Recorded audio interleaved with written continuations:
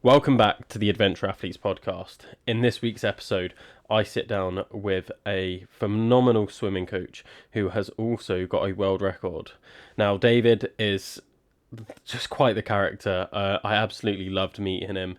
He's got so many interesting stories, specifically around the world record and his training for Ironman and all of the people that he's coached as well. It was a really insightful podcast. I loved sitting down with him and getting to know a bit more about the world of swimming, because as you guys know, I am not the best swimmer myself. So I was selfishly asking him questions because one day I would love to do an Ironman, but the swim is definitely what's holding me back.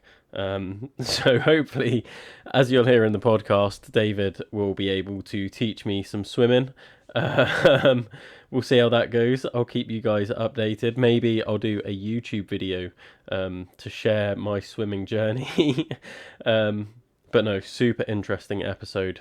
It was good to talk to someone about something that I didn't really know much about, and I do ask a lot of very selfish questions about like how I could get into swimming and things like that.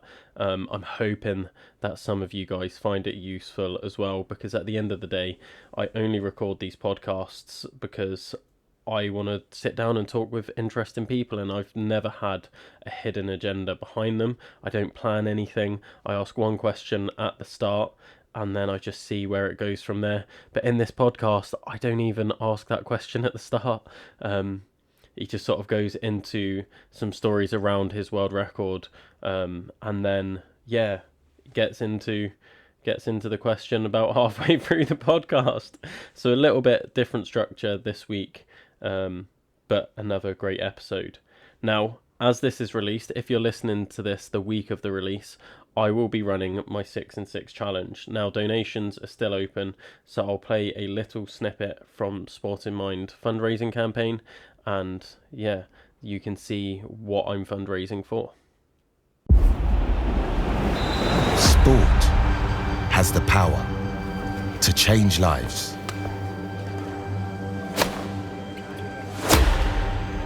Sport is more than exercise. It's motivation, it's purpose, it's possibility, a reminder, you are not alone. We are Sport in Mind. We understand what it's like to feel disconnected. That's why we create spaces to support mental health. We meet people where they are and use sport to help them find their way back. Every step, every pass, every moment shared builds something stronger. A community, friendship, a force for good.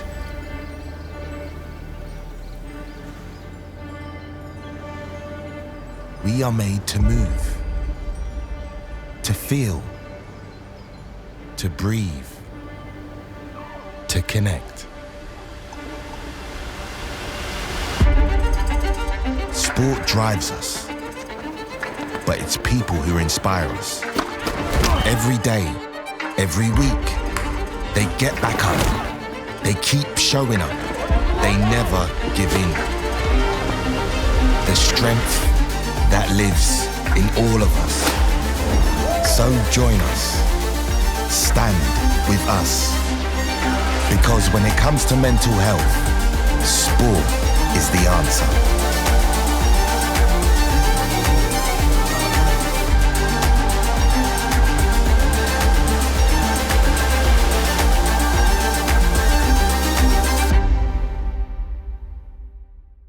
And just before we get into the episode, here is a message from our friends over at Soulmate. We're Soulmate. Whether you're new to running or an experienced runner, we've got you covered for both road and trail, from shoes to nutrition to running poles and everything in between. Use code ADVENTURE10 both in-store or online for 10% off your order. Now, I'm really excited to share this episode with you, so let's get into it. I appreciate you inviting me on. It's nice to talk about it, and it's been how many years now? I think it was 4 years. Was it 4 years ago or 3 years ago? 4 years ago, I think. Yeah, so it's flown by. And people keep asking me if I'm going to do another one, and I'm like, no chance.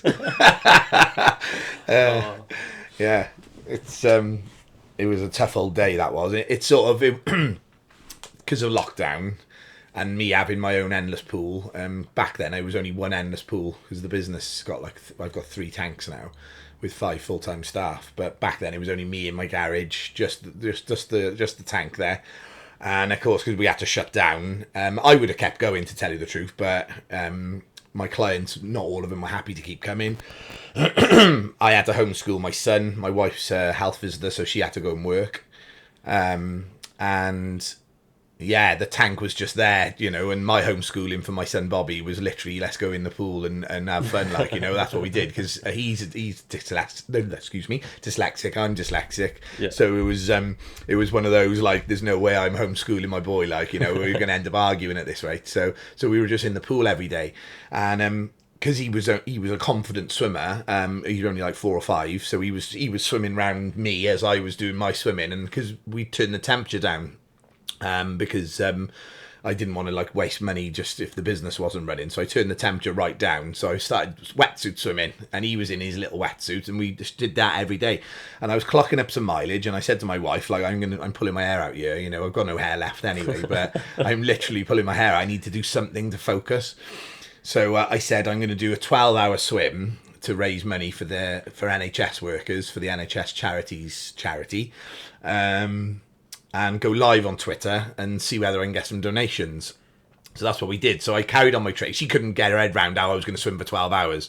And I said, as long as I fuel, I'll be absolutely fine. And it was one of this is like running joke as a swimmer.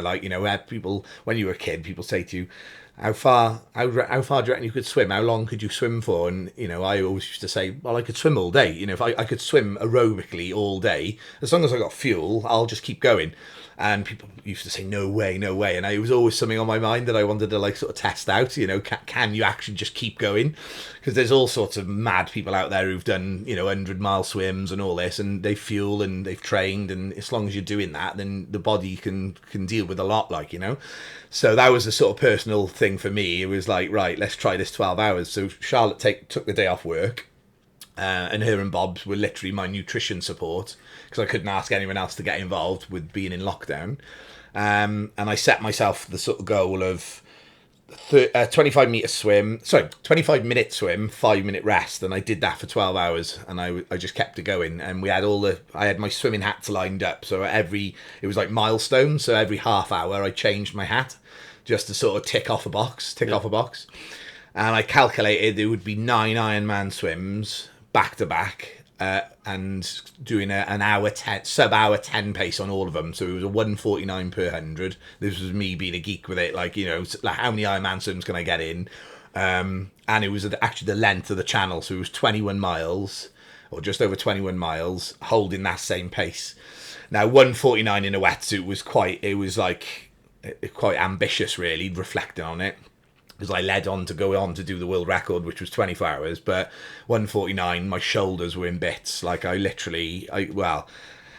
it was about 8 hours in, and I was like, oh my God, what have I done? And it was the fact that I was live on social media and the money was coming in, people were donating because they were like, what is this crazy man doing? And Charles kept saying to me, oh, you're up to 3,000 now. And all of a sudden it was clocking up. So I couldn't stop. But because I'm predominantly a unilateral breather with my swimming, so I only breathe to the right. I can breathe to the left, but I tend to just breathe to the right. I just feel more rhythm, more comfortable, more balance in my stroke. And my left lat, because I was leaning on this side so much, it was literally on fire, and the wetsuit was rubbing.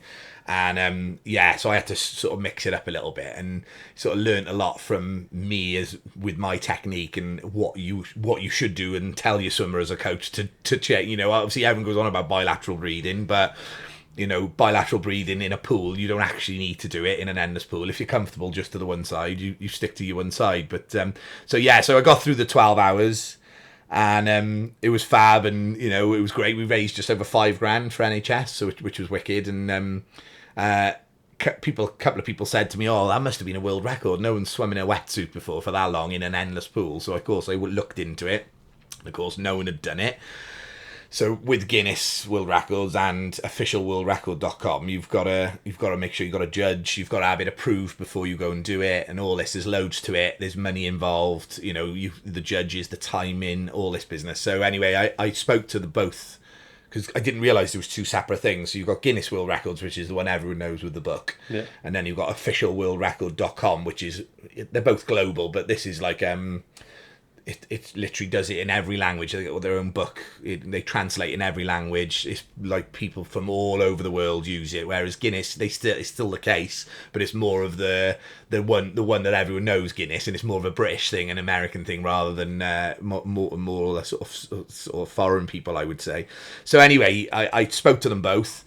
Guinness had loads of barriers. They use WOWSA, which is World Open Water Swimming Association. So any swimming challenges, even if it's a pool swim, that you've got to go through WOWSA to get it approved for them to sort of verify it.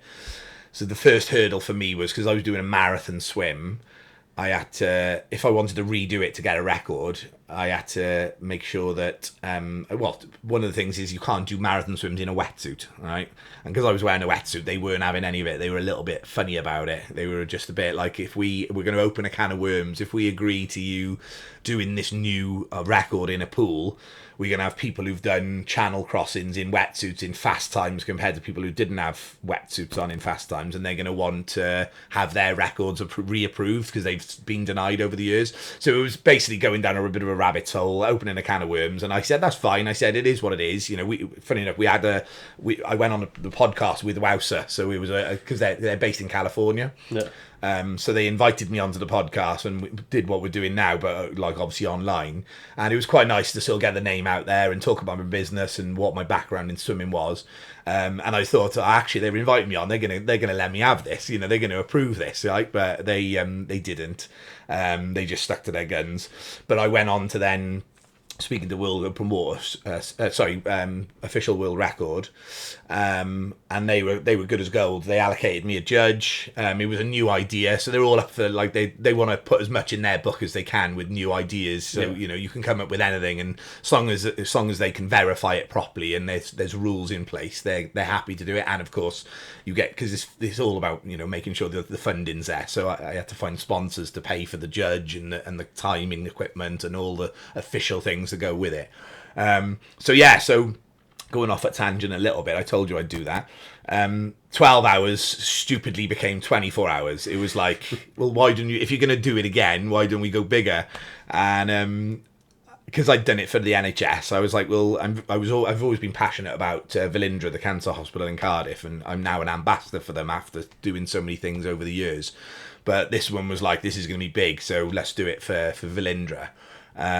So we agreed on 24 hours. I approached Hoob, the leading sort of triathlon brand, or one of the leading triathlon brands. Dean will kill me for saying that, one of them.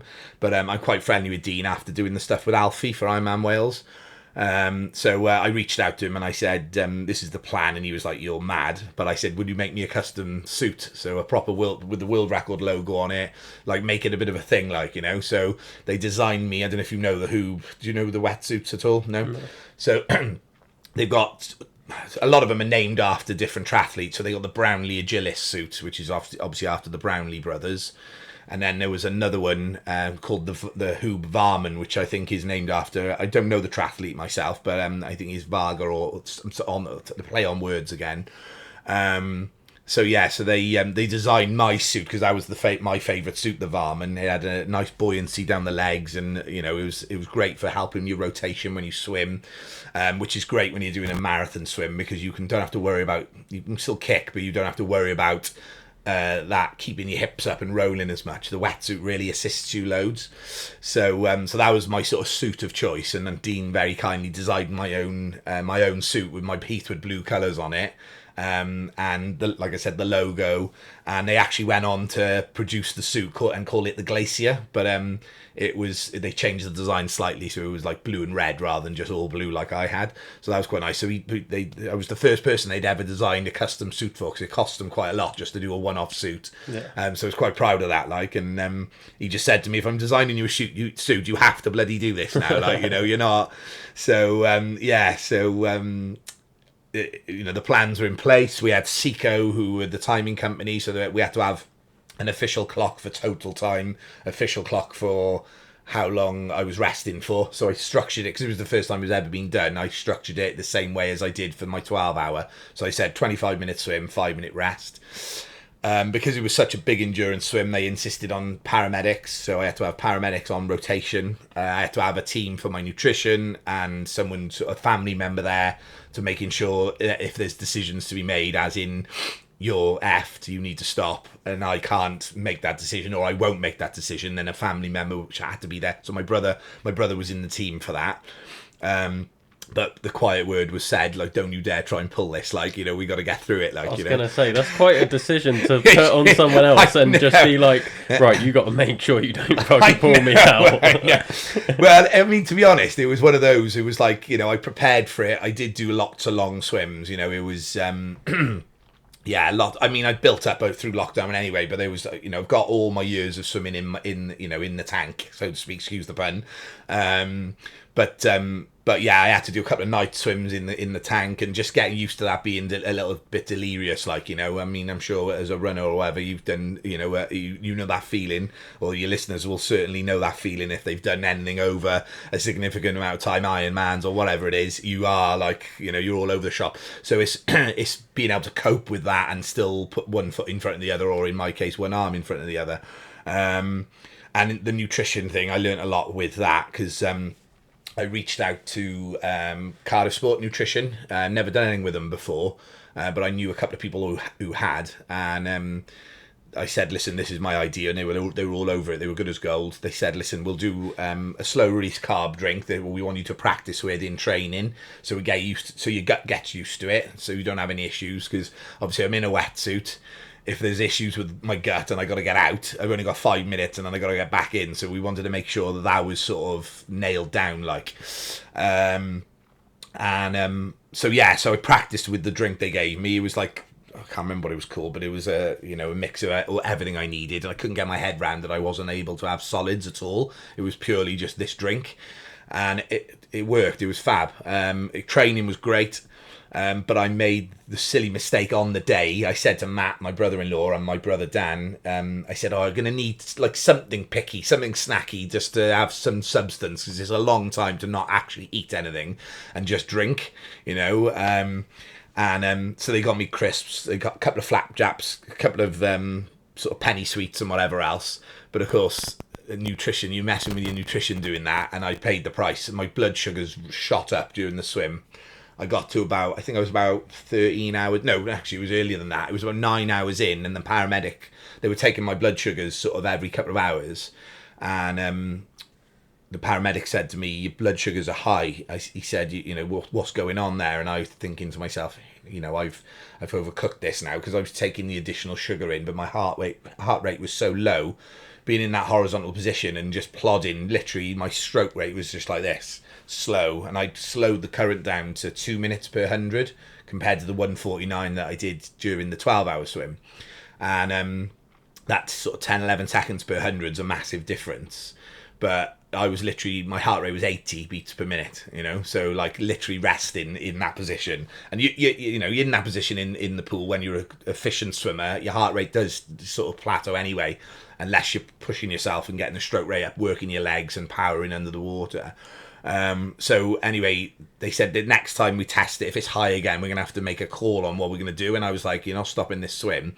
So I said to the team, right, crank the current up. So they sped the current up, and I put it up to like 130 per 100, which is like ridiculously fast. That's sort of what I would race at in an Ironman sort of swim. And I did that for like half an hour, just pushed it, got a sweat on just to get my bloods down. And they went from 13 to back down to like 5, which was fab. And then I sort of stopped snacking then. I just kept the drink going, So from a coaching perspective and nutrition perspective, if I was to work with anyone who was doing an endurance swim or any type of endurance race, don't change the diet. Don't change the plan, because little things like that, they just all of a sudden creep up on you, especially if you're not burning the glycogen, so and I got through it. I did it 24 hours and 1 second. I stopped on that second because I thought, right, I'm done now. And to tell you the truth, I haven't swam in my endless pools since, because I just honestly, like, I used to use them all the time, and they're amazing. We coaching them day in, day out. Like, my coaches are there now, and they're, everyone loves them, and they're great training tanks and tools for drills and everything else. And this is what my business is built on. But it's just haunted me because you've got the mirror. I literally, like, it's a lie. I have been in them, but I haven't done any significant training in them since, just because it was a long old day. It haunted me a little bit, because I sort of took it on without, even though I love my endurance stuff and I like getting stuck into events and everything else, I just sort of fell into it. And a couple of people have said since, you should do a non-wetsuit and try this and do this and all that. And there's some madhead's done 39 hours without a wetsuit on. I mean, I can't even compete with that now. There's just no way. Like, the old me probably would be like, yeah, let's have a go. And I could probably do it, but 39 hours is a long old time, isn't it? Yeah, it is a long time. Something that's made me really think about, which I've seen a lot because I've been speaking to like people that run 200 miles, things like that. Yeah. And it's like the sleep deprivation stuff. Yeah. I didn't even consider that when you're swimming.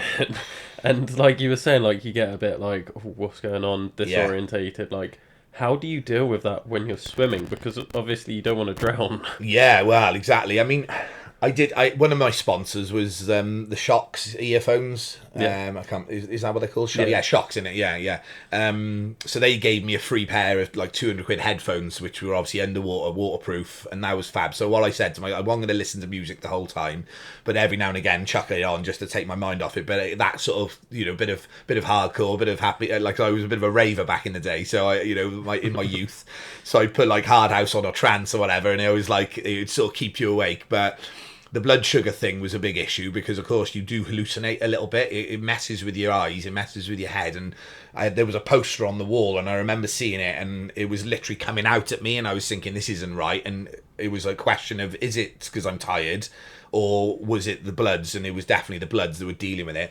But I think when you focus and your adrenaline's going, people are donating, and you've got a team around you, and you've made this big thing that you're going to do it, and who have given you the wetsuit, and you're supporting this charity that you've hold dear to your heart. You don't feel like you don't feel tired until it stops.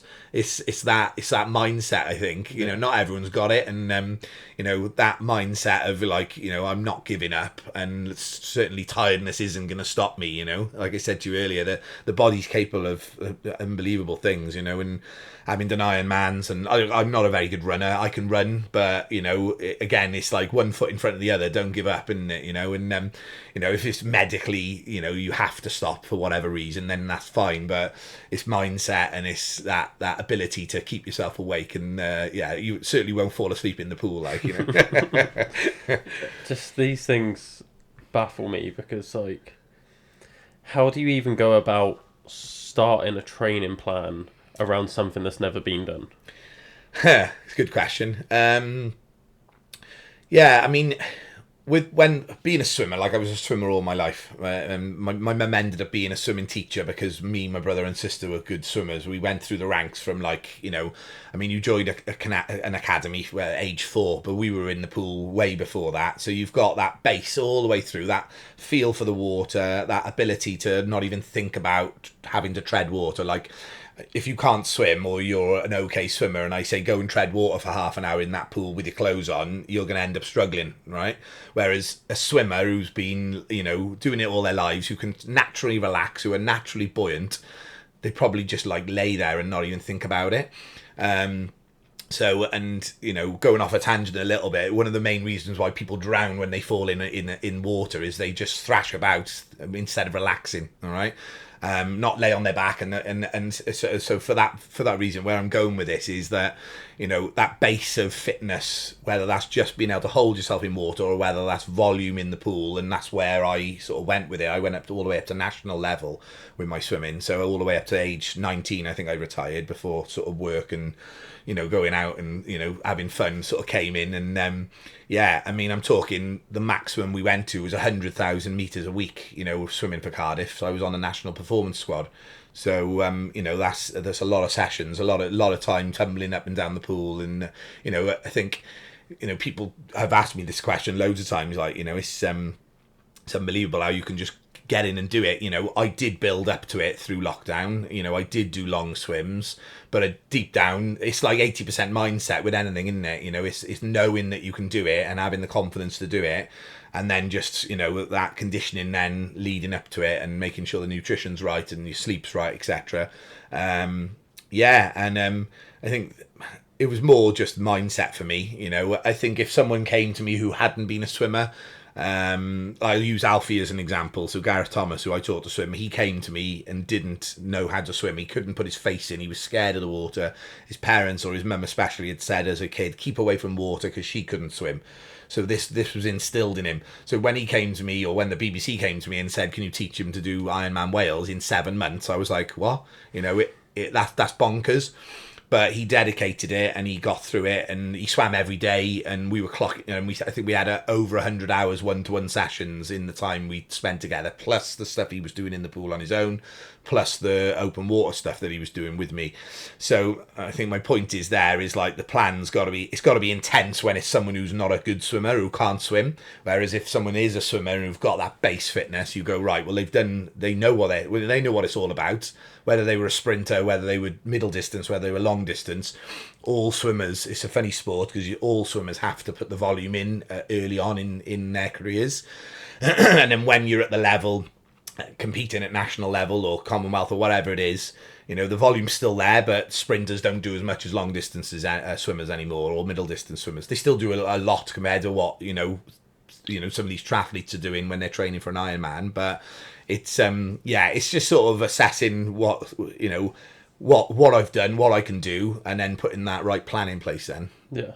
Yeah. It seems like it's more about the other factors at that point, from your opinion. Like you said, you got the mindset, but then it's like, right, how do I nail my nutrition? How do I deal with the sleep debt? How do I have this plan around everything? Yes, 100%. Yeah, and that's it. Like I said, I learned loads as a coach, and I've actually put it in place in my own teaching and coaching since, when it comes to nutrition, sleep, tapering down. I didn't need to taper for it really, because I was only aerobically swimming. It was getting my shoulders used to being in there. But again, you've got to think to yourself, right, swimming for that distance. I mean, I clocked up nearly 60,000 meters, in 24 hours, which is a lot. I mean, it's the channel and back and a little bit more, or probably the channel swim and back, so about 40 odd miles or whatever it is. So it's making sure the plan for the person you're working with, they understand that is it aerobic, is it a threshold, is it what sort of zone do we need to be in to maintain it, and then all the other factors come in then as well, the nutrition, the sleep, etc. So crazy. It's a lot, but it's the same with sort of like a lot of the people I've spoken to that are doing these like massive challenges. Is they're all like, oh yeah, it's just mindset, but then what they don't talk about, which you've like verbalized really well, is the amount of work that's gone in over years that allows them to then just be like, right, now it's mindset. They've done the training. They might not have done like a block of training building up to it. But it's like, well, they've got like 10 plus years of conditioning. Exactly, yeah. And like we always laugh at my brother, because my brother, we call him the mountain goat, because he's a good little runner. He was always cross country as a kid. He doesn't train that much anymore, but then like he did long course on the weekend with like literally no running training, and he did a sub 4 hour marathon. It's like, really? And I'm like dreaming of going sub 4.5 when I train my arse off. But then in the pool, because he went down the running route when I was the swimmer, like I won't swim all year, and I'll do like a sub-hour Ironman swim or a long course swim, and he's like thrashing about coming out with Billy Bonfire face, and he's like hour 20, like, so it's the same sort of thing. And I have clients I work with, and they say like, how are you doing it? And I'm the one working hard, and you're the one not doing any swimming. But it's just pure base natural ability. Obviously, the training's there when you were a kid. It's really hard. And I love it when athletes come and they're not, they're good runners, they're good bikers, and they're okay, but they're willing to work hard, and they pick it up and they actually get the time that they want, or they've been working for ages, and they've put the effort in. There's not many of them out there like that, those coachable athletes. who've got that natural talent for swimming, and if they were swimmers when they were younger, they probably would have been Olympians, like, you know. And I come across it now and again in the sort of Ironman triathlon world. But you know, it's great when an ex-swimmer comes who's got that base, who says to me, "Oh, I want to get into triathlon now," and I get excited then because they're good runners, they're light, they're good bikers, and this is great. This is the great thing with triathlon, especially in the female sport coming up at the moment. It's very competitive in both, but more so in the female sport because there's not as many women doing it, especially at Ironman or half Ironmans, and it's getting busier. But if they're good runners and they're light and they're good bikers, it's get their swimming sorted, get them out of the water early on, and we've got a decent athlete on our hands, like, you know. Yeah. I've had a couple of them over the years. So Caris Mayhews, I don't know if you know Caris. She's give her a follow on Instagram. She's out adventuring around the world at the moment, doing her thing. She loves it. She rents a house out in Cardiff, and she's just on her own in her little camper van doing her own thing. So, you know, give her a shout out and give her a follow. If she's back in Cardiff, it would be good to have a chat with her because she came to me. She was like third woman in Cardiff half, I think it was, going back three years ago. She's fat, good runner. And she was seeing this guy at the time, and they came for a double session, and they just wanted to one off to see whether she was all over the place, not the best technique in swimming, and we got chatting, and she was keen to keep coming and whatever else, and she told me I think she did like a 1:16 or 1:17 half marathon. I was like, that's good.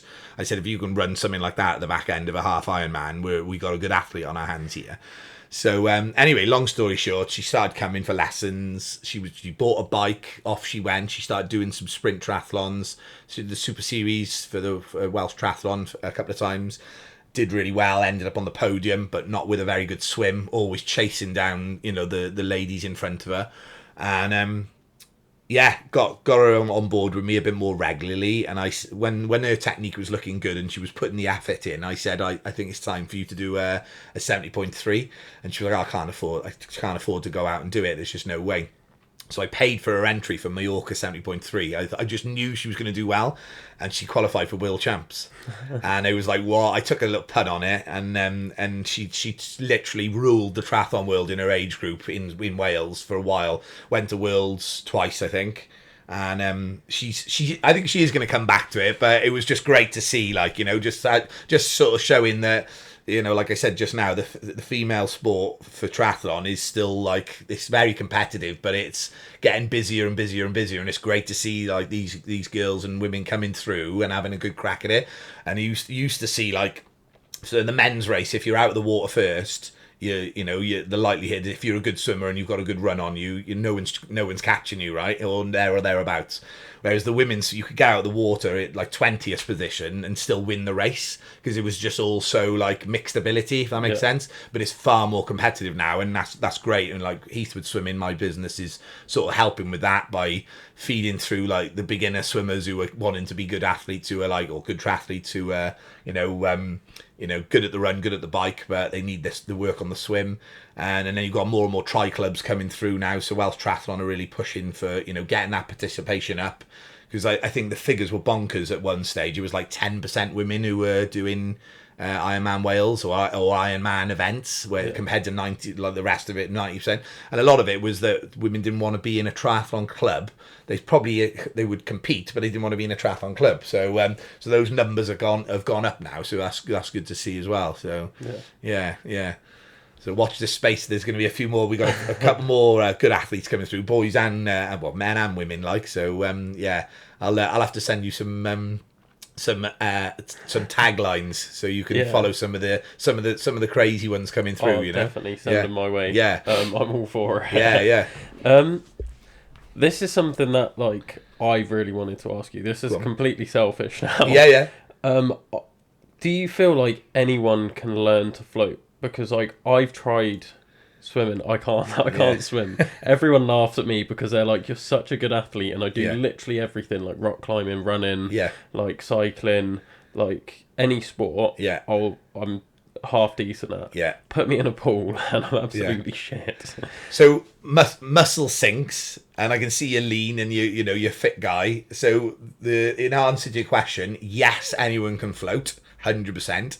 But what it boils down to is if you didn't go swimming much as a child, or didn't go sort of up to a certain level as a child, you quite easily lose that. Okay. And so the first thing you do when you go to the pool is you tense up.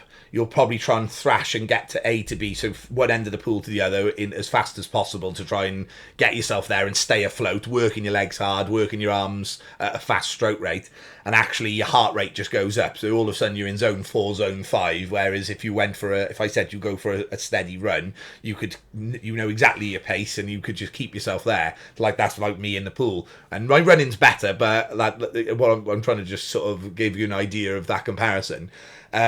So it's about relaxing. Swimming is about relaxing and holding, making sure not holding your breath, but getting your breathing correct. And one of the things we say all the time is enjoy the breath. It's a yoga term, really. It's in through the nose, out through the mouth in yoga, but in the pool, obviously you've got to breathe in through your mouth and exhale through your mouth and your nose. But a lot of people will, I wouldn't mind betting you probably hold your breath as well when you get in. I actually don't. Don't you? I'm not too bad. No, you're not too bad. Okay. This is what always gets people, because I went from literally not being able to swim. Yeah. I couldn't do a length. Okay. At what age was this? This was just after lockdown. Right. Okay. So an adult. Yeah. Fully grown adult. And I was. It all started because I broke my ankle, so I had to go to hydrotherapy. So Right. I'm in a buoyant pool anyway. Yeah. And they put a float underneath me, so everyone's sitting floating. Yeah. And then I'm there trying to tread water while on a float, and the guy's just like, "What are you doing? Just relax." And I'm like, Yeah. I'll sink." And he Yeah. was like, "No, you won't." And I kid you not, I stopped. And I just started going under. Did you? Yeah. And then he Yeah. was like, "Okay, no, keep going." So I kept going. Everyone else had a really relaxing hour, and I'm there fucking dying. Oh, right. So then I was like, I really want to swim. So I did 6 months where I went to the pool 6 days a week for an hour. Yeah. And there was a triathlon coach there as well, who would just give me tips. I wasn't getting coaching off him, but he would give me some tips. Yeah. And I got to the point where I could do 2 lengths. Yeah. But like you're saying, I was going fast. Yeah. I couldn't keep it steady because I felt like I was sinking then as Yeah. soon as I tried going slow.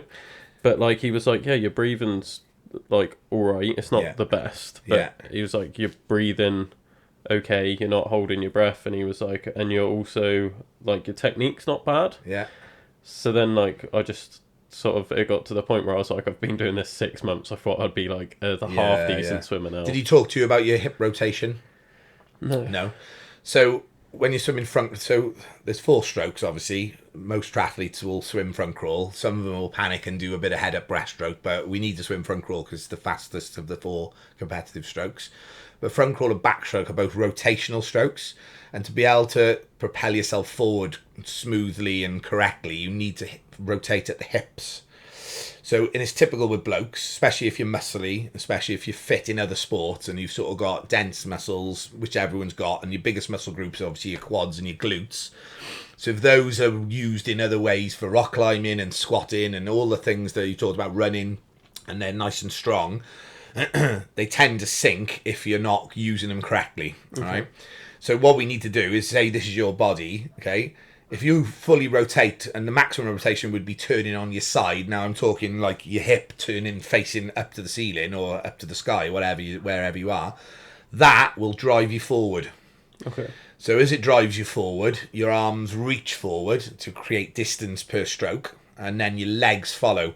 Now the classic thing I see, especially in men, is that they don't rotate at the hips at all. The hips drop, and then they're trying to kick to keep them up, and it's just a vicious circle then. So you're essentially just dragging your biggest muscle groups through the water. Now, in a wetsuit, everyone goes, "Oh, in a wetsuit, you don't need to kick because you're much more buoyant on the surface of the water. And if you're in the sea, the salt lifts you up as well." So everyone's like, "Oh, I love a wetsuit because it lifts my legs up." Or, "I love buoyancy shorts because it lifts my legs up." Well, what it's actually doing is helping you stay on top of the water to rotate. Okay. So you won't realise that you're rolling as much as you are, but actually to move forward and efficiently in the water, we need to be on top of the water, because everyone thinks you've got to swim through the water, but it's on top of the water and you've got to rotate to drive forward, right? So next time, right, you know what a pull buoy is, do you? Yeah. Yeah. Put a pull buoy in, and if you've got a band, like a TheraBand or whatever they're called, put one around the pull buoy to hold it in place so you can still kick with your legs. and let your hips roll, like literally over exaggerate the roll. Okay, so like I said, maximum rotation would be fully on your side, but I bet you're nowhere near that, if at all. Like when you breathe, you might roll a little bit, but you need to roll more. All right, and that'll help you. Come and have a session in the tank, and I'll show you on video what I mean. Yeah, I'll have to. Yeah. Because it's probably just like the whole name and branding thing, but like everyone's like, you need to do an Ironman, and I'm Yeah. like, oh, it's in my head. Like, Well, if I you would like to do one, and I'm like, it's the swimming. swim, It's yeah, just yeah. the swimming. Like, Well, this is I'll where Heathwood cycle and comes run in. all day, but swimming, Yeah. Yeah, that'd be good. So we get you down, and we'll maybe bring the mics again, and we can have a chat after to see what you think. yeah, I'll do it. How long would you say it would take someone like me to go from not swimming to full distance Ironman? Right. So if you've got the time, because this is the thing, people come to us, they'll book a one-off session, they'll get loads of information in one session, and it's like, oh my god, light bulbs are switching on. I know exactly what's going wrong. But then they'll leave it a week, and they won't go to the pool. And then you go to the pool, and you're like, what did he say again? You know, and obviously we send all the feedback. You have all your videos. You can look back on that feedback and sort of, but it's hard to. Swimming's a funny one. You lose the feel for the water quite quickly. It's same as running and stuff like that. Like I've used me as an example. I haven't done my high rocks class for 3 weeks because I've had a bad knee. I've just had fluid taken off it, had an injection. I went this morning for the first time. My knee, touchwood, was much better.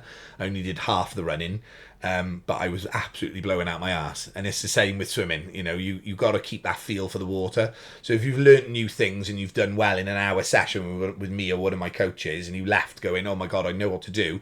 Got to get to the pool straight away to be able to reinforce that muscle memory and those good habits that you've just been taught, and also bring your swimming fitness up, because it's totally different to running, totally different to biking, totally different to all the other sports. It complements them all if you do it regularly, but if you're using if you're not using your legs properly and you're not kicking and your legs are down and you're using your arms to try and power you through, your heart rate's going to go up and technique goes out the window. So it's all about relaxing, slowing it down, technique. So that was what I would teach you on the first session. Obviously the biggest thing is, you know, your hip rotation. So we look at body position first, then your legs, then your arms, then your breathing, and then your timing. And a good way of remembering that is blab T. And it's like any swimming teachers or swimmers out there will know exactly what I'm on about. But it's just the way to follow the, you know, it's the method to follow is what I'm trying to say. Okay, some people say it's dated, but it's definitely not. It's not dated because you can mix it up. You know, if your body position's fine and it's your legs that aren't kicking very well, but you're able to keep them up because you're rotating, then we got to start with the legs. You know, or if these two are fine, body position and legs are fine, then we go to your arms, and so on. You know, what type of breathing technique are you using? Timing's always last because timing comes when all the other things are in place. Yeah. And this is the same with all the strokes at any level. Olympic swimmer who wants to work at a really, really fine point of their catch under the water, for instance. Say they're slipping the water, an Olympian wouldn't be doing that, but someone who thinks their catch is out and they want to come and have a one-off session, we drop the underwater camera in and we go straight to arms because they know that's what they want to work on. You know, you can see they're a good swimmer in the warm-up, so you don't need to go, well, actually it's your head or it's actually your feet. You know, we know, whereas you come into me, I know exactly what's going on already because you're saying you're struggling after 2 lengths. You know, it's got to be your legs, got to be your hips that are not rotating. And there's things that we'll do. So drills are key, you know. People don't like doing the drills. They want to just be able to become really fast swimmers straight away. And we have so many people who are training for Ironman or whatever the triathlon is or whatever the open water swimming is. And they're stuck in this rut of going to the pool and just swimming up and down, getting the distance in. And they're stuck on 2 minutes per 100 or 2:30 per 100. Can't break that barrier. I'm always the same. I feel fitter, but I just can't get faster. It's all technique, so you've got to do the drills to be able to get that technique. And you know, we'll put a snorkel on you. So I don't know if you've seen front snorkels where they go just on the front of your head there. They're fab because straight away we take the breathing element out of it. You can keep your head still and you can work at your rotation. And in the Edna's pools, I know I said the mirrors have horrified me after my world record, but everyone says how good the mirrors are. You've got a 45-degree angle mirror, so you can see your rotation, you can see your feet. And you can also, you've got a flat mirror on the bottom of the pool as well, which is fab to look directly down, look at your hand entry, look at your glide phase, again, look at your rotation of your core.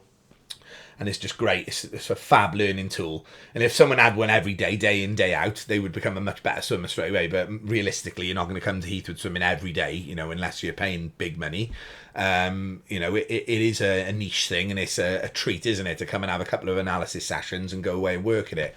But what me and my coaches are really good at is spotting those things quickly, because in a normal pool, you're swimming up and down, you know, even if you're walking next to the swimmer, spotting what we spot on camera, instant feedback, mirrors, being above the swimmer and side onto the swimmer all the time, you see faults in the stroke so much more quickly, I should say. Whereas if you were walking down a 50-metre pool or a 25-metre pool, you might not notice those things, because they got the lane ropes, they got the lines on the bottom of the pool. It's easy to stay in a straight line, whereas the current is coming at you. You've got to try and slide through this body of water coming at you, and it does make it a bit harder, but it also highlights the flaws in your technique. So it'd be interesting to see how you find it. I mean, the current will pull your legs down straight away if you're not kicking, and your hips if your hips aren't rolling. And this is what Endless Pool's sort of slogan is: it rewards good technique, but it highlights the flaws in your technique, and that's why it's such a good teaching, learning tool, like, you know.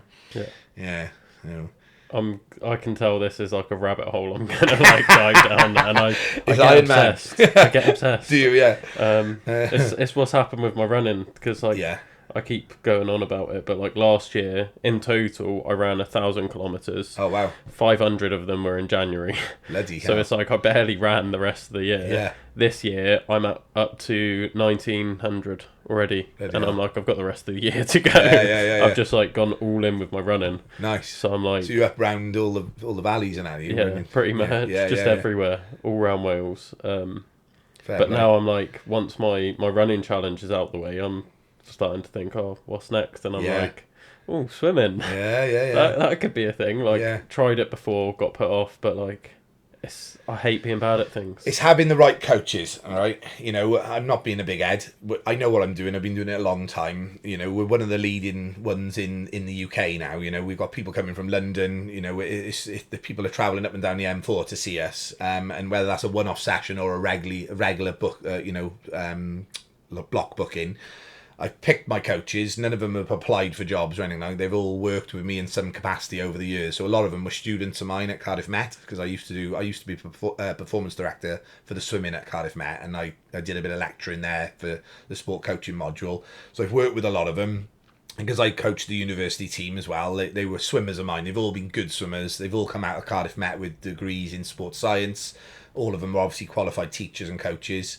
Matt, for instance, who works for me, he used to be head coach in Bridgend swim team. He was a student there as well. I didn't actually teach him as a student, but ex-swimmer as well himself.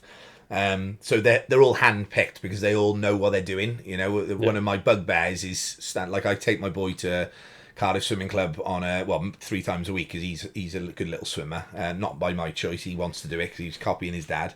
And the Cardiff swimming coaches are great. I know a lot of them, but you've got the swimming lessons going on. I'm not slagging off the swimming lessons that much, but sometimes you like look over and you're like, oh my God, because they're young kids who haven't got the experience. Yeah. They've just been thrown in at the deep end, excuse the pun, to teach a group of kids, and they're just, they're just there like robotic, and it really winds me up.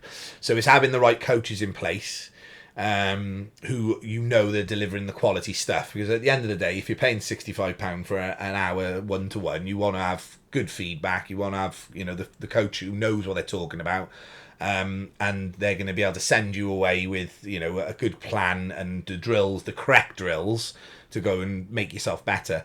Because there's a big thing in the triathlon world where everyone's doing the same drills. They're like, you download a plan online, or you've got a tri coach who's just sort of put a generic plan together, which is fine. It's good to follow structure, but the same old drills actually aren't correcting your stroke the way that I want them to correct it. So like there's the chicken wing drill or the finger drag drill, and you'll find out what all these are, but these are the ones that keep coming up. And actually, does the swimmer understand why they're doing them?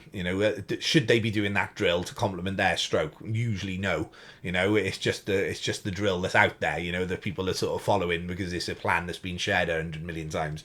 So it's getting that the right coach, looking at looking at the swimmer, that's the drills they need to be doing, plus the volume of aerobic and threshold work or whatever you want them to do. And you'll progress quickly. You know, we're the proof's in the pudding. Right? We never have anyone complain about, you know, our methods, or they never come out of the water after an event and go, "Oh, Heathwood swimming was rubbish." You know, we're doing well with it. You know, and I'm proud of that, because it's only been going 6 years, but I've got over 30 years of teaching experience, and all my coaches are, you know, not as old as me, but they're experienced as well. Like, you know, yeah.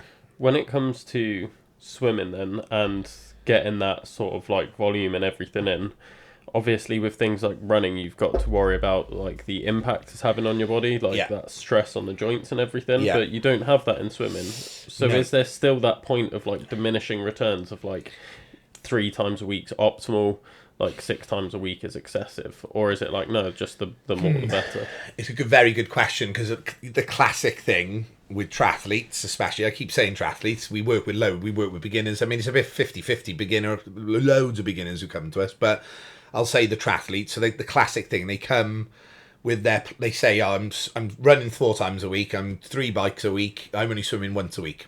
And it's like, right, you need to up your swimming. You know, if you want to get better at swimming, you've got to like sort of drop the other ones, especially in the off season, and work hard at the one that you're not as good at. It's obvious, isn't it? But there's so many of them who don't do that. And the ones that listen and go up from 1 session a week to 4 sessions a week are the ones that get better, and the ones who don't listen and they only go to 2 a week or maybe 3 a week, they get a little bit better, but they don't. You've got to put the effort in. Is my point. Now, my answer to your question as to what is there a cut-off for it? I mean, when I was swimming, we were six days a week, 2 hours in the morning, 2 hours in the evening, and that's how we're clocking up close to 100,000 meters a week. Now, you're not going to have that volume working for an open water swim or triathlete or whatever. So I would say no more than 5 a week, especially if you've got the other disciplines that you're working for. Or if it's just solely swimming, like I use Jason as one of my regulars. He came to me, he was 1 a week, but he's only swimmer. He loves his open water. He came to Alcatraz. We'll talk about that in a minute if you want, but came to Alcatraz with me recently for our Velindre trip. And he's been with me since the garage days when I had 1 pool, and he's still with me now, and he's listened to everything. He's in his 50s, but he's put the effort in, and he's 4 a week, and he's close. I mean, he was a minute behind me in long course swim. Like that, to me, that's wicked, that is, because, you know, he wasn't a swimmer when he was a youngster. He had a back up when he was in his 40s. You know, he's worked hard at it, and he loves his swimming, and that's his ticking over. He's doing well. He's getting better with 4 a week.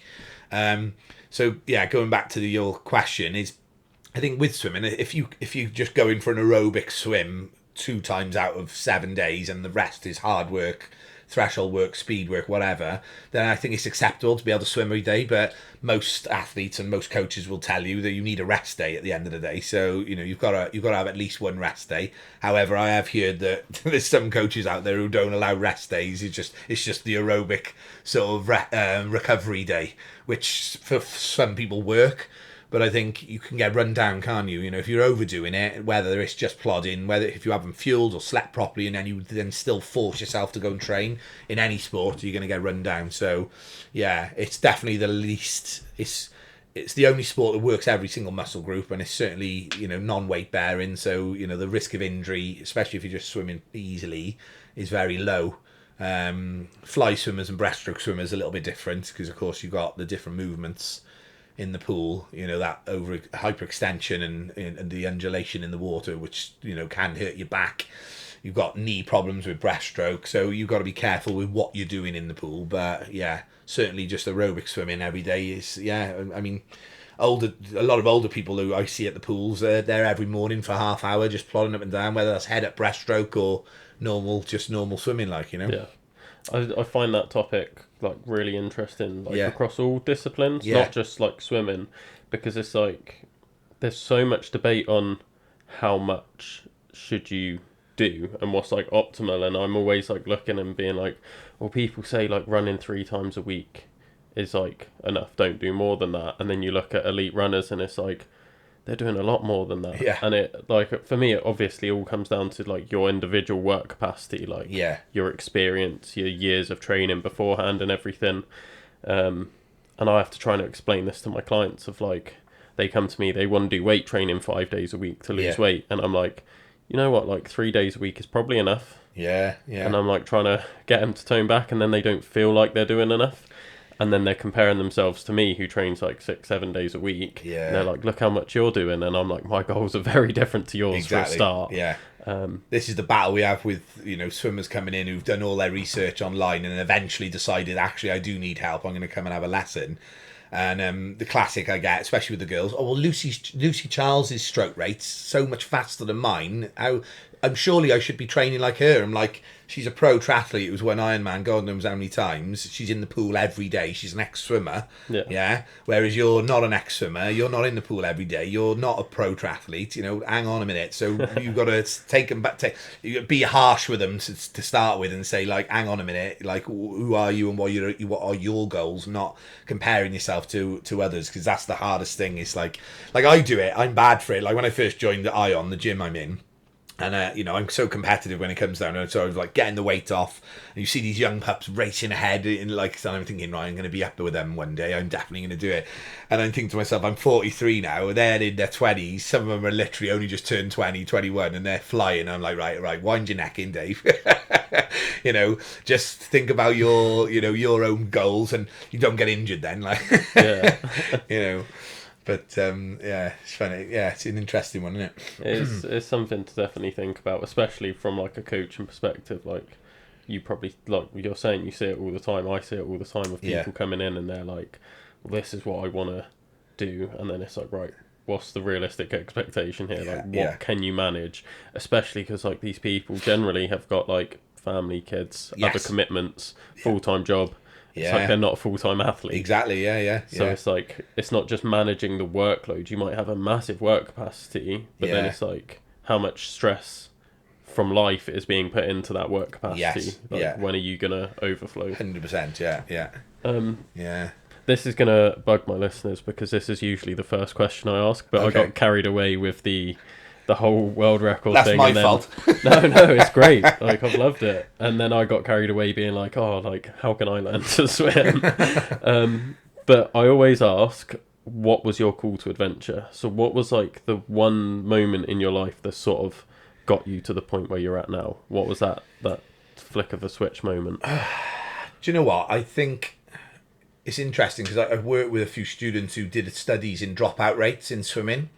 And I think, I won't go into the studies that I worked with and stuff like that, but with swimmers, like I ended up doing personal best times 2 years after retiring from my proper swimming. Like I didn't go to Commonwealth Games or anything like that. I potentially could have, who knows? I am quite talented when it comes to swimming, and I do pick up other sports quite easily as well if I work hard at them. But I think in answer to your question, I retired at 18, 19. And then I went back to masters swimming then, and when I held like the 200 freestyle Welsh record for like 5 years because I'd matured. I'd gone in and introduced weights, which is something that wasn't done when I was sort of in my heyday, so to speak, in Cardiff Swimming Club. We did a little bit of land-based work, but not that much. Whereas now it's like 2-3 sessions a week, especially if you're a sprinter, and that's what I was, which is interesting because I now do a lot of endurance stuff. But I think I always had that, what if I'd kept going, And so I found open water swimming after I did a bit of masters swimming. And I absolutely loved open water swimming. I did long course weekend swim. I've done it 11 times now, that swim. I've done the full long course down there 5 times. And actually the first sort of 3 years I'd look and go, crazy bastards going out on the bike, like, that's bonkers. How can you do that straight after doing the swim? And why would you do a marathon? I was that mindset. But I absolutely loved the open water swimming and getting stuck in and being in that water only for an hour. But it was certainly, racing for an hour was certainly something I didn't ever do. It was always like 200 freestyle. I was in there for like less than 2 minutes, but obviously training hard for that 2 minute sprint or 100 or 50, whatever I was doing. So I think, I found the love for like being a bit more endurance diesel engine based, in my older years. And then I thought, actually, let's have a go at seeing what this triathlon lark's all about. So I went straight in and did an Ironman. I didn't do any sprint triathlons, anything else, because that's what I'm like. I'm like, I can't be bothered with anything smaller. Let's just go straight in. And it sort of went from there then, and, it was more in my early 30s, where I sort of found that love for being a bit more challenging and adventurous. And I'm up for anything now. If someone says let's go and do, like, I went up the Beacons the other day with Pritchard, because me and him are quite friendly, and because he's doing his burpees every morning. Crazy. And he's like, oh, we're going to climb Penavan, pick me up at 3 o'clock in the morning, and we'll get there for sunrise, and it's going to be fab, and And I was like, yeah, all right, whatever. So I said to my wife, I'm going up the Penavan with Pritchard. I got to pick him up at 3 in the morning. She was like, what? She just shakes her head. She's like, she's heard it all now, because whatever silly idea I come up with, she knows that she's not going to talk me out of it anyway. So yeah, so like my point is, like, whether it's swimming, whether it's running, whether it's biking, whether it's not rock climbing, but climbing a mountain, I'm up for it, And this is, I've sort of found high rocks recently, which is quite cool. It's short, sharp. I'm pretty good at it, actually, considering I've only been doing it like for half the year. I just did the one in the stadium, and yeah, it was amazing. But I did it as a partner with one of the guys in the gym who I literally only just met. We had a last minute ticket, and we did all right. We did an hour and 13, which isn't too shabby, like, And so now I've gone and entered the one in London as a solo, just to see what I can do on my own. So there's no pressure, like, as a partnership. So yeah, like, I think as I'm getting older, it's keeping your body fit and healthy, isn't it? And yeah, just. I think, yeah, going back to your question, it's certainly in my adult, more older adult life, in my 30s. That's where I found that you've got to have a challenge. Like, what's it all about otherwise? Yeah. You've got to have something to focus on, haven't you? You can't be just doing the day in, day out mundane stuff. You've got to have, like, a bit of balance, obviously, but otherwise you end up.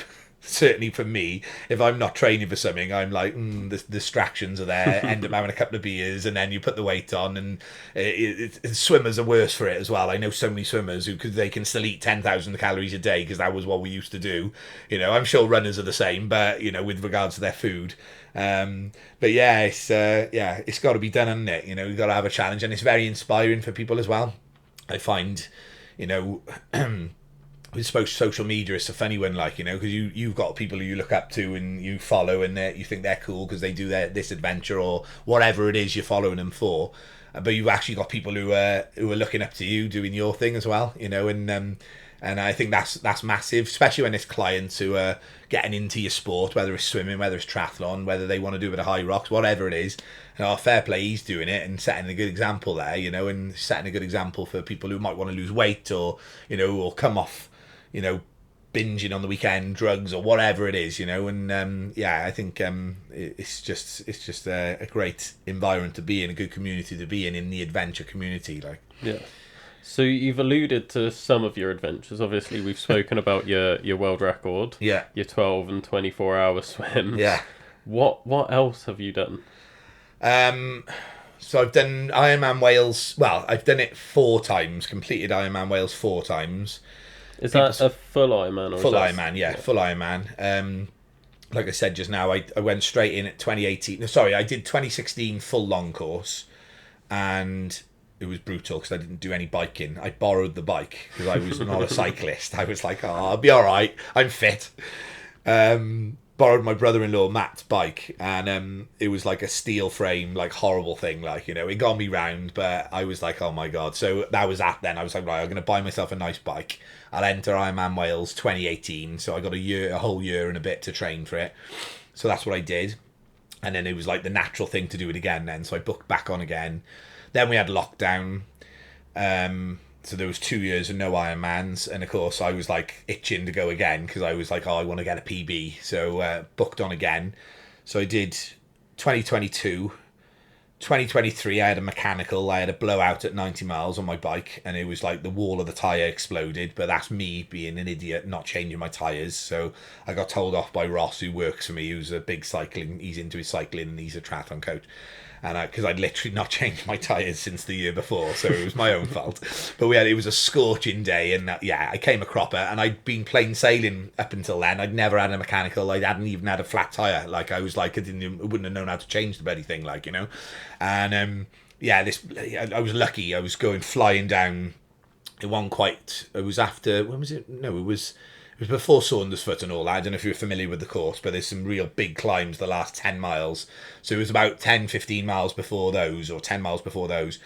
came down off a speedy sort of 40 mile an hour sort of drop, and as I flattened off, the front tyre went, big wobble at the front, and managed to control it. And I thought, here we go, I'm going to puncture. Looked at my tyre, exploded. So that was my mechanical year. And then 2024, 2024. I thought I got to go again. I got to put it to bed here. Right, get the extra one as I promised myself I would. And my seat post snapped at 72 miles. Would you believe? You couldn't write it. I was going up Heartbreak Hill, all the crowds there, and it happened. I always laugh because if it had happened in the lane and I DNF'd again, people would have been like, oh yeah, whatever. But it happened in front of crowds of people. Like Liam Lloyd was there, and he even gave me a shout out on social media after, because I thought there's no way I'm giving up here. I'm like there. The mindset kicked in.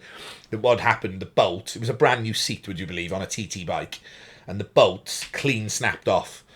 And I had two bottles on my water cage on the back, and then 2 on my frame, and the water was just bouncing on the back of the bike.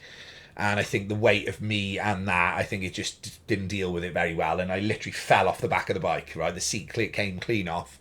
Crowds caught me and put me down onto the floor. And one of the locals came out, and I'm not meant to accept anything from the crowds, but she just threw these zippy ties on the floor for me, and she was like, "Can you do something with that?" So I zippy tied my seat back to the post, so it dropped by about 2 inches. And on a TT bike, that's not good. And I literally had to ride for the last 40 miles with a lot of hills. Fair play. It out to the TT position, literally sat up like that. Mate, it was horrendous. I had cuts all over the back of my legs because where the zippy ties were rubbing me. So that was me done then. I was like, that's my 5th Ironman, but only completed 4. And I said to my wife, I probably will do long course again because it's over 3 days and you can always drop out of one of the disciplines if you want, all this sort of stuff. But I quite fancy a 70.3. So that's what we did. We did Mallorca this year, and I loved it. It was so good. It was just because I'm so used to the full distance, half the distance of everything. The swim was fab. I could push the swim. I was out. I mean, it was very competitive, but I was out of the water, sort of in the top 50, which was class. In massive transition, lovely flat start to the bike, and then there's a bit of a nasty climb, and then it's hairpins and flat all the way back, and then a flat run. So it was my sort of dream course, really. A little bit of climbing, but nothing much. But annoyingly, didn't have a bike fit, hired the bike out there because I just thought, I'll be fine, blah, blah, blah, and that's what hurt my knee recently. So I did the Mallorca 70.3, and didn't high rocks this year. Long course has just been my go-to. I love the Activity Wales events. I do a lot with Matt, who's the owner down there. So we've partnered with them. So we're the sort of swim partner for the long course weekend. But his events are great, and we do long course every year. Like I said, I did 11 of the swims. I've done 5 of the full long course weekends. And I couldn't do it this year because of my knee, but I'm going to go back to that next year, I think. Not Ironman, but definitely long course, because I gotta have another go at it, Yeah. What was this thing about Alcatraz as well? Oh yeah, so after my world record, Velindre invited me to be an ambassador for the charity. So they do a lot. Like Shane Williams is a patron for Velindre, and you've got Jiffy. So Jonathan Davis, he's the head head guy he's like the director for the charity funding. So they don't work for them, but they do all volunteer sort of with their names from being involved with the rugby and whatever. Any charity sort of rides or runs and stuff like that, hikes, they'll put their names on it, and people will book on and raise money, and they'll get to walk with the celebrity, so to speak. So it was quite nice to be asked. So I'm not a patron, I'm an ambassador. So what they wanted, because they didn't do many swimming events, they said, would you be up for doing some organised swimming sort of either galas or some open water stuff with beginners and all this? And I was like, oh yeah. I thought to myself, I've done loads for Velindre over the years. It's quite close to our hearts in the family. My father-in-law's had treatment there.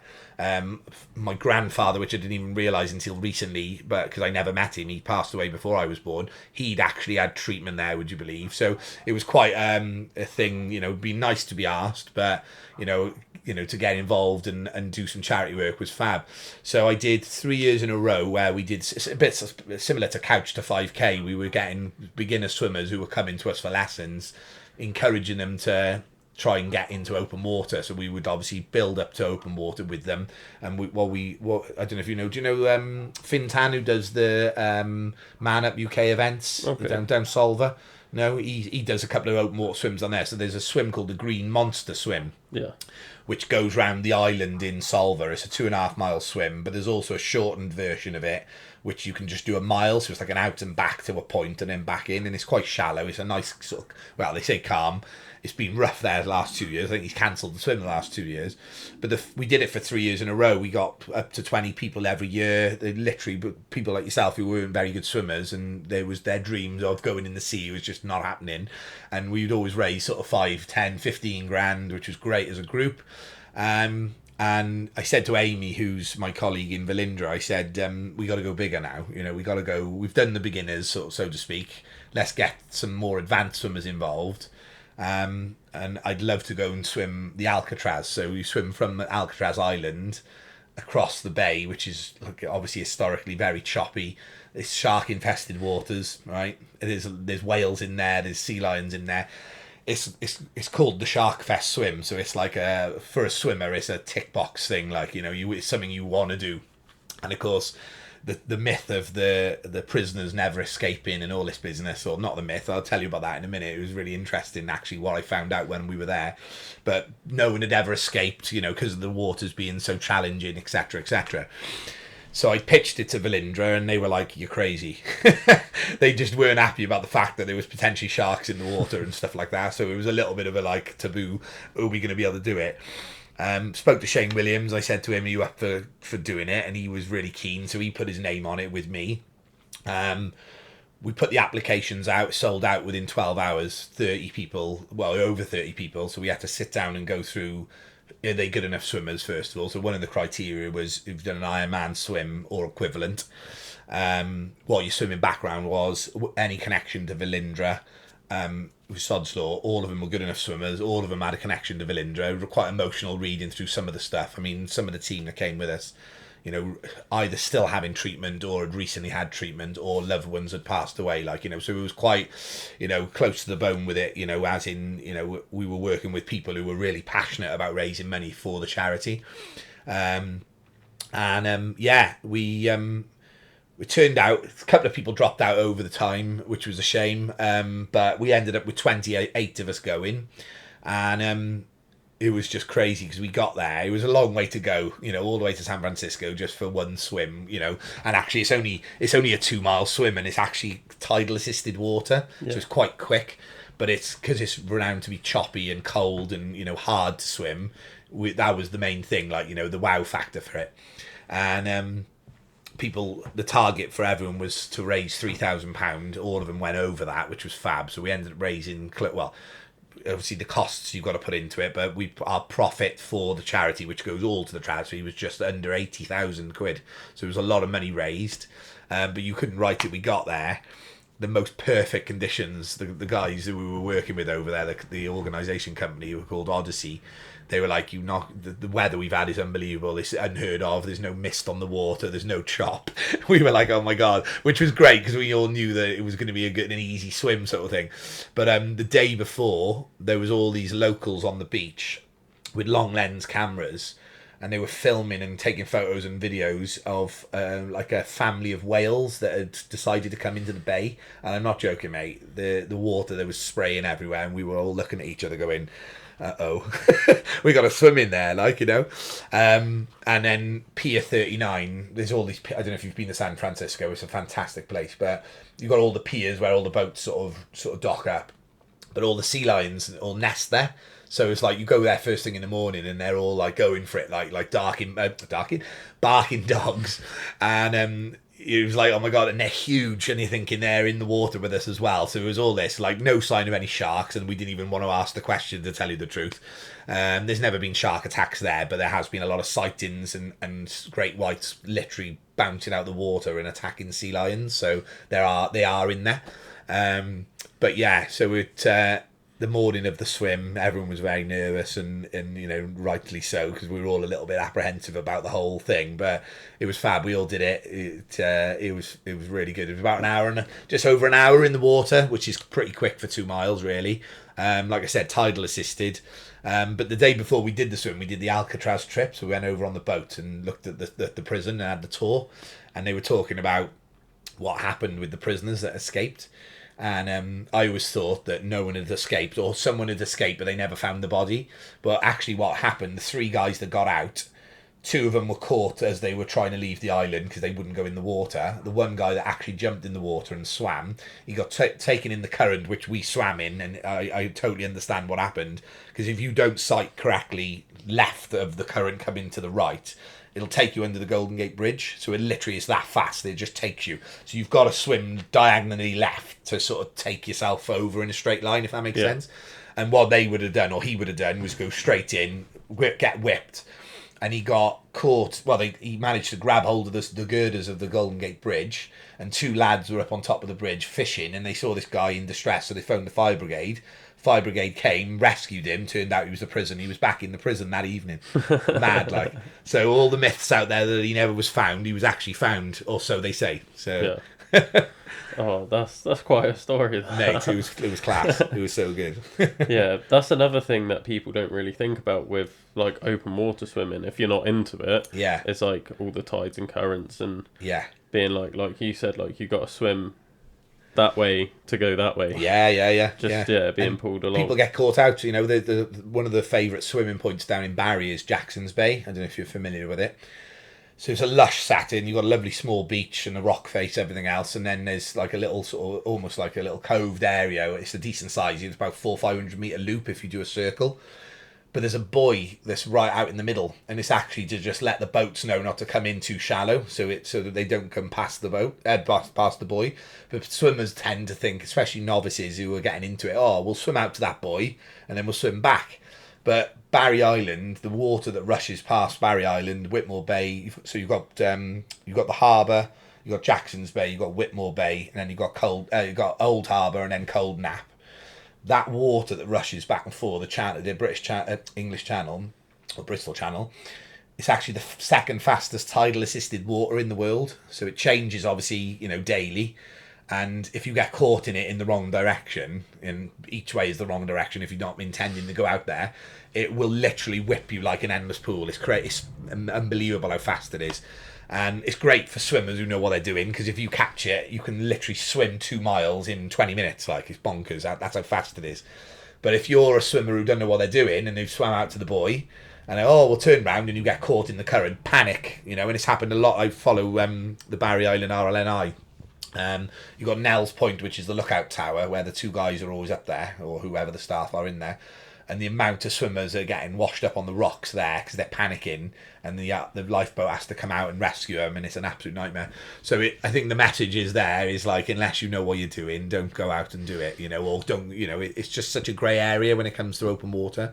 Go to the reservoir, go to the Whitewater Centre, where it's nice and controlled and there's a lifeguard on duty, build up your confidence, and then go with a swimming coach or a team of open water swimmers who know what they're doing, and then you're safe then, aren't you? Yeah. Yeah. I always just I only know about that sort of stuff because I watched the YouTube series that Ross Edgley put out when he was swimming Britain. Yeah. Like the amount of stuff I learned about swimming just watching that. Yeah. It's just so unpredictable. The sea is just, you just got to respect it so much. Even me, I'm a good swimmer, but I've been caught in riptides and stuff before, and then, the natural thing is to panic. As we were saying earlier, like the panic sets in and you start thrashing about.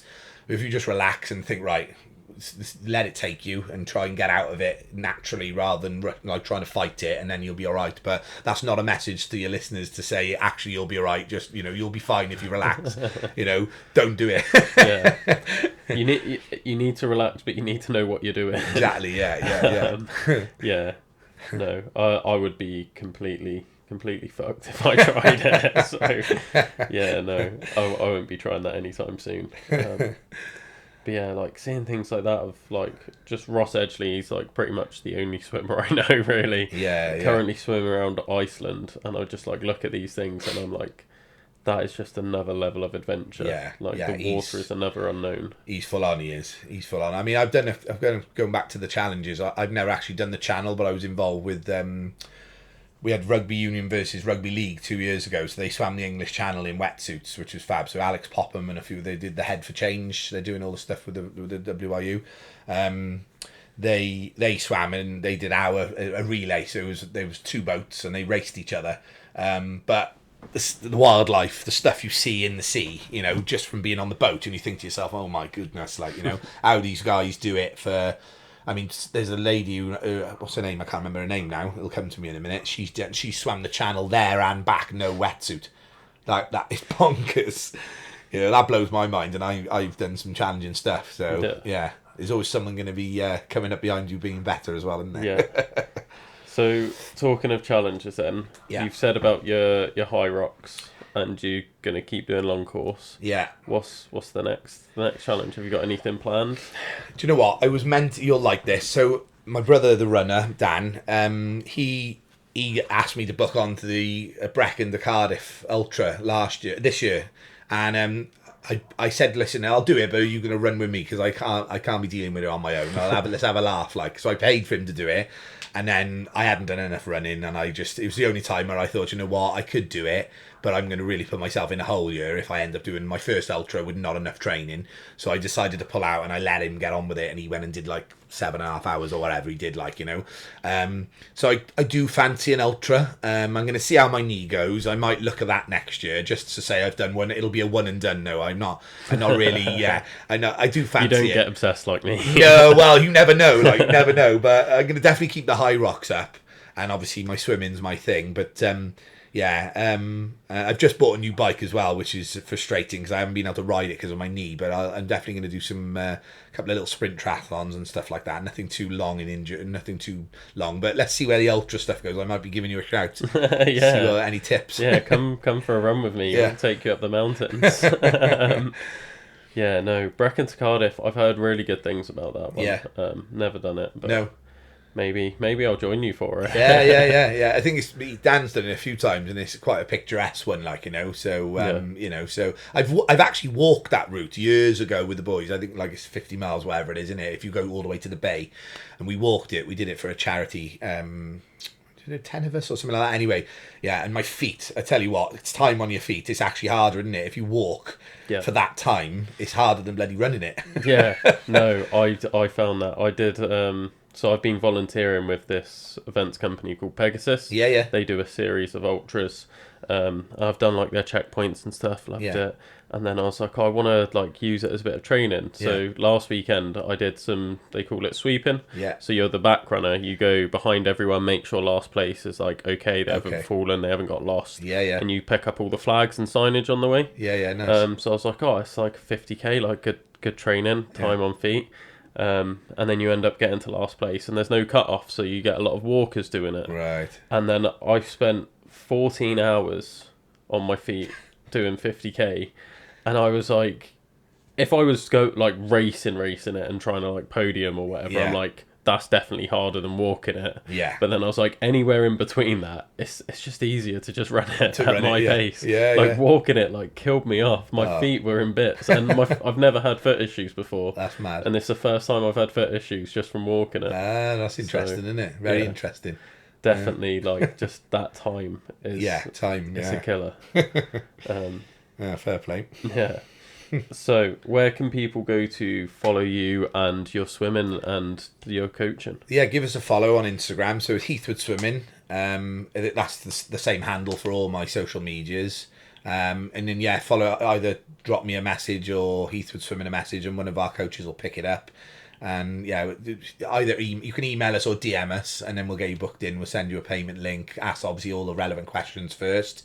Get you reserved in, and then we'll be helping you with your swimming in no time. Amazing. Well, thank you for coming on. I really appreciate your time. Looking forward to seeing you in the tank soon. I'll have to get in. I'll have to.